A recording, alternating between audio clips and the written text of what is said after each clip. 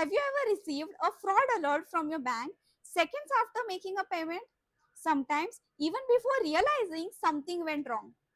That's because modern AI systems doesn't wait for humans to investigate the transactions anymore. The AI systems are constantly monitoring the behavior real time, trying to predict one thing. Thus, the transaction looks suspicious and the decision is often taken in milliseconds.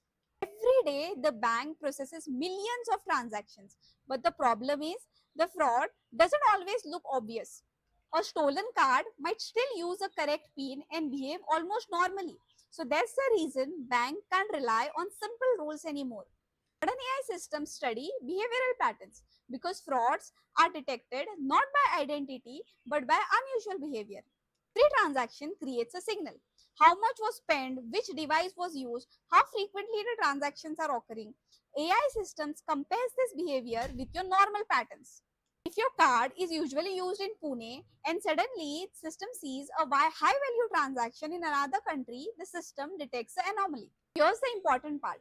AI isn't asking if this transaction is a fraud. It predicts probability, how likely the transaction looks to be suspicious. Every transaction receives a risk score. Lower risk score, the transaction passes normally. If the risk score is higher, alerts might be triggered, there will be some verification process, and this everything happens before the payment is complete. But fraud detections are incredibly difficult. Bank faces two competing problems.